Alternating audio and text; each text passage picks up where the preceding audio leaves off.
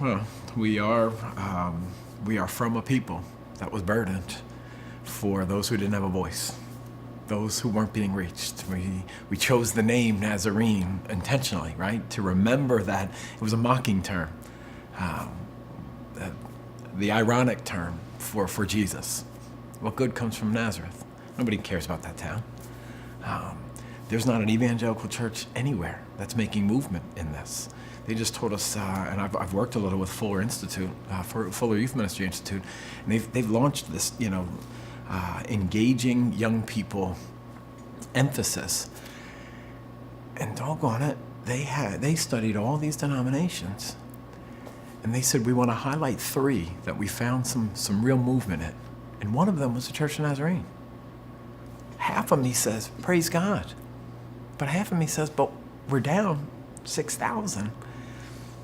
This is a worldwide, at least a North American epidemic. And we can certainly go back to who we are and what we're called to and get serious about that. Hold our members, our leadership, our local churches, our district accountable for that. And it's an untapped resource. Most of the non-white students I'm around don't feel a lot of call from the holiness community. They don't feel much connection there. And I think they're hungry for it. They just don't know about it. In my circle in white culture, we don't talk race.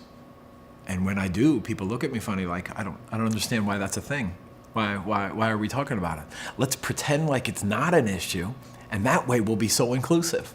When in fact, nobody I know in a circle that is a non-white ethnic heritage feels any sort of empowerment by saying you didn't recognize that I was Jamaican. You didn't recognize that I was not your gender. You didn't seem to recognize these things at all. So we're not comfortable at all having this discussion. I don't really even like talking about it right now. I'd much rather just give you a pretty happy answer about the youth of America. We're on the move. But it's way more complicated than that. And at some point, I don't know that apologies have been made. I don't know who should be doing that. I don't know how to do that well. I haven't been mentored that very well. I've been mentored some really great stuff. But nobody's really modeled for me, like, how do you own up to the system that you represent as a pastor or as a leader, that you're a face to, and apologize and grieve, and then invite back to say, in humility, would you allow me back at the table and re-begin a discussion about how do we get back to this? It's intriguing to be here at a Nazarene college because I do feel like campuses like this are built around those discussions, should be.